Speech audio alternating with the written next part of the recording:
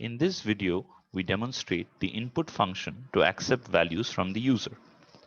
An invocation of the input function would lead to a prompt being displayed whereby the user can enter input, and that input value can be stored in a variable which is connected to the input function through an assignment operator.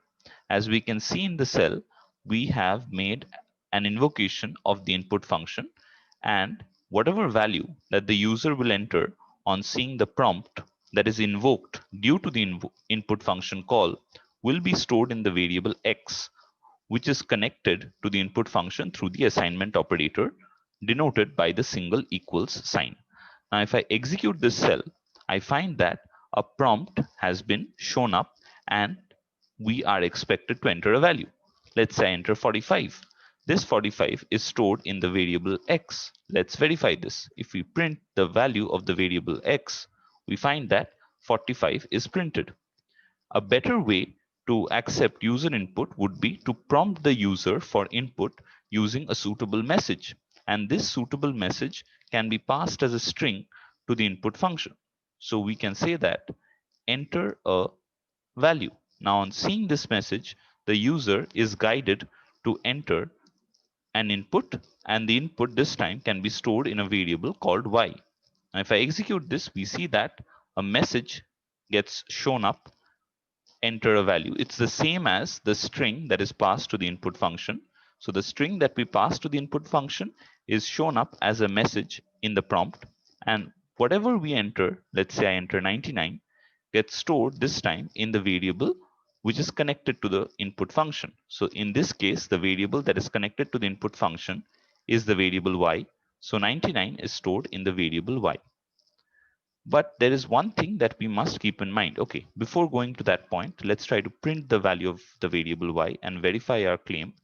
And we can see that the value of the variable y is 99 indeed. Now there is one thing that we need to keep in mind. The input function by default accepts all values in the form of strings. So whatever we enter, whether we enter a character, a group of characters, a number, an integer, a floating point value, everything will be stored as a string. So we can verify this by using the type function. So if I print the type of the variable x, what do I get? I get str, which is short for string.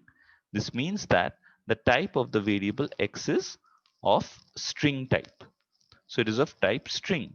Although the variable x contains the value 45, it is stored in the form of a string because that's how the input function works. For now, ignore this term class.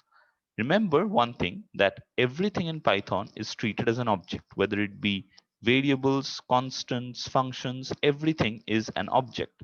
From this point of view stems the word class. So what are classes and objects? We'll deal with them in detail later on in the course. But for now, just keep in mind that if we have to find the data type of a variable, we can use the type function and we can pass either the variable or the constant or any other entity for that matter. For now, just keep in mind that if we pass the variable x, I get the type, I get the data type of the variable x, which in this case is string.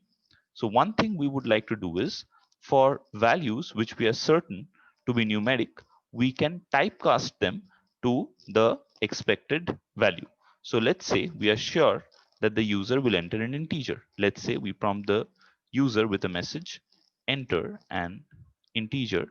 Now on seeing this, it is expected that the user will enter an integer.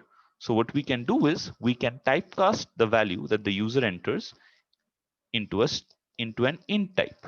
We can typecast the value that the user enters from string to an int type by enclosing the input function call within the type int. And let's say we are assigning to the variable z.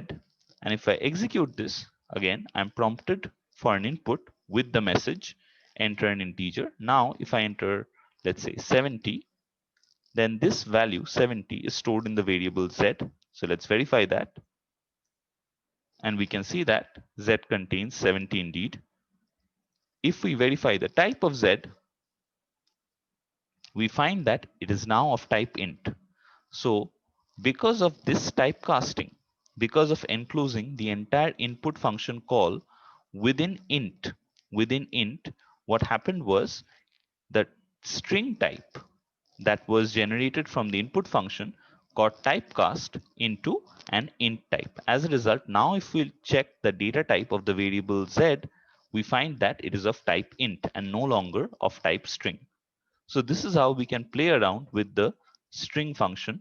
And don't worry, we will take up variables, keywords, data types, typecasting in detail in the upcoming videos. For now, try and experiment more with the input function and see if you can find any interesting observations. If you found this video useful, do like it and subscribe to our channel. If you have any doubts, please feel free to leave them in the comment section below. I'll see you in the next one. I hope you found this video useful. Thank you.